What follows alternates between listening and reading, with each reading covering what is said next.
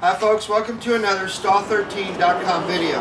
We're going to talk about mineral blocks, salt blocks, sulfur blocks, little blocks, big blocks. What is the difference? The difference is very minimal. All blocks have a large amount of salt in them. Even if you look down here, these rusty red blocks, which are called a trace mineral block, they're roughly around 98 to 90% pure salt. There's very little percentage of trace minerals in those blocks. A sulfur block does have a lot of sulfur in it, but it's also about 90%, 99% salt. The reason there's a sulfur block is a lot of people believe that if a horse licks on a sulfur block, this goes through their system. It helps ward off flies and mosquitoes. This is obviously your basic 50-pound salt block, 100% salt. Then what you have is you have smaller versions of the big blocks. You have your small little salt block, and you also have your small little trace mineral block.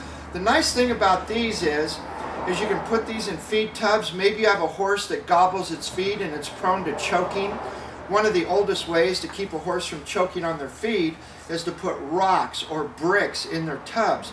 Well, that's all well and good, but they might ingest some particles of sand or grit or even parts of rocks. What's safe is if you have a horse that's choking, size up the tub and put a salt or a mineral block in it. That will slow them down because they have to eat around the block. They also make nice little holders for these that you can hang on stall doors and stall walls and even in outside buildings. Nothing wrong with those. You just want to make sure that a horse always has a large amount of salt and mineral. Now, a lot of people think it's a waste of money to have a salt block and a mineral block right next to each other in front of horses. I disagree with that, and I'll tell you why. Horses are very curious. Horses are very playful.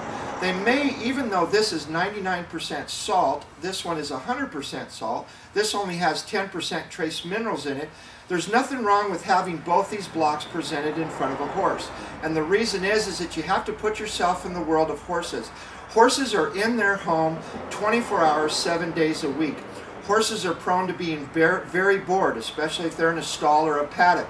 If a horse was a computer, their computer was programmed that a horse should travel 20 to 25 miles in a 24-hour period. If you have a horse in 1 acre or 2 acres, or you have a horse in a stall, and you were to actually put a pedometer, a measuring on that horse's leg, that horse will still travel 8 to 10 miles in a box stall in a 24-hour period. Having things for the horse to do, multiple water buckets, putting a little bit of feed in one corner, another corner, having different salt and mineral blocks is always a positive thing to help entertain your horse. It's these things that keeps a horse from cribbing, from getting social diseases, as far as what I mean by social disease, being bored, fighting over a fence, kicking, chewing wood. All these things are harmful to you and your horse and your facilities. The last thing that I want to tell you about trace mineral blocks and salt blocks is there's what's called a horse block. Alright?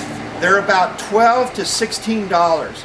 And the problem with a horse block is that they're about 80% carbohydrates and sugar that are completely unhealthy for your horse.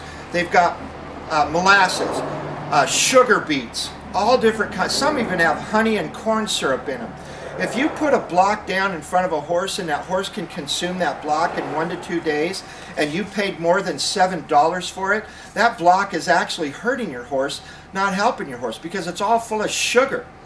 It's really not doing them any good at all. It's basically giving them a giant 50-pound sugar cube. If you present a salt block or a mineral block to your horse, and that horse consumes it within a week, put another one down.